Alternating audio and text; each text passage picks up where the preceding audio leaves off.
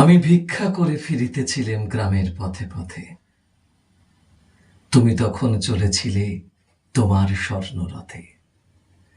অপূর্ব এক স্বপ্ন সম লাগতেছিল চক্ষে মম। কি বিচিত্র শোভা তোমার, কি বিচিত্র সাজ। আমি মনে ভাবতেছিলাম, এ কোন মহারাজ।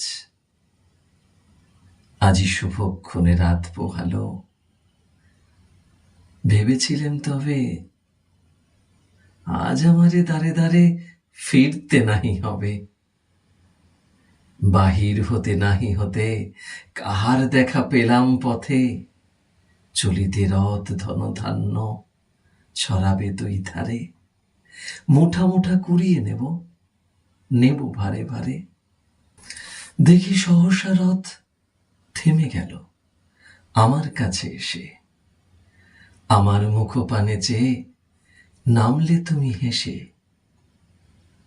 দেখে মুখের প্রসন্নতা জড়িয়ে গেল সকল ব্যথা। হেন খেলে কিসের লাগি তুমি অকস্মাৎ আমায় কিছু দাও গো বলে বাড়িয়ে দিলে হাত।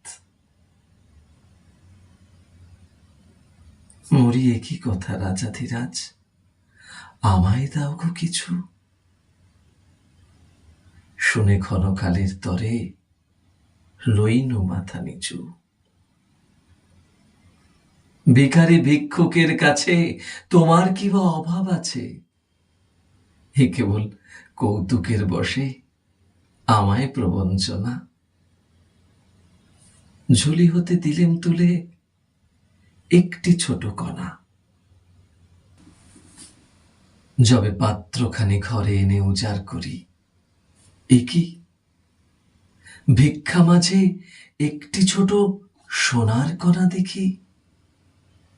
দিলেম যা রাজ ভিখারি রে, স্বর্ণ হয়ে এলো ফিরে।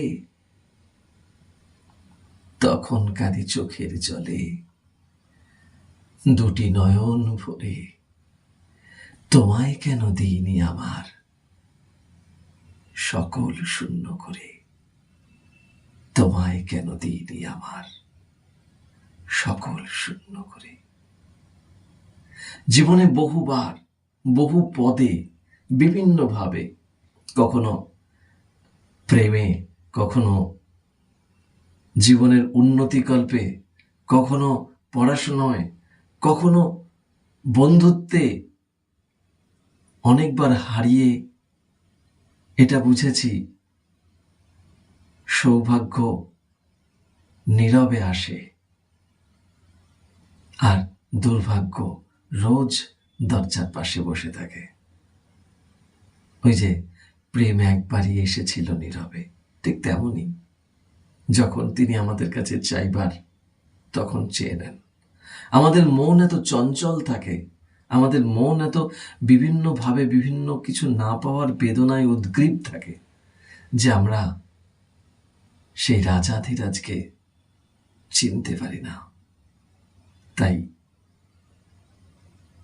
মহাপুরুষ বলে গিয়েছেন,